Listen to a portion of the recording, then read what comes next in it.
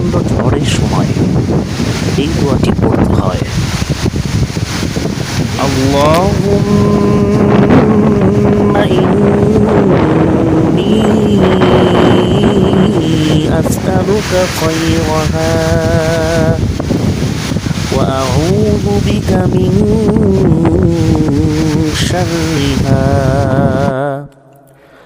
হে আল্লাহ, আমি আপনার নিকট এর কল্যাণ চাই, আর আমি আপনার নিকট এর অনিষ্ট থেকে আশ্রয় চাই। দ্বিতীয় দোয়া, আল্লাহুম্মা ইন্নী আসআলুকা খায়রাহা ওয়া খায়রা মা ফিহা ওয়া খায়রা মা উরসিলাত বিহি ওয়া আউযু বিকা মিন শাররি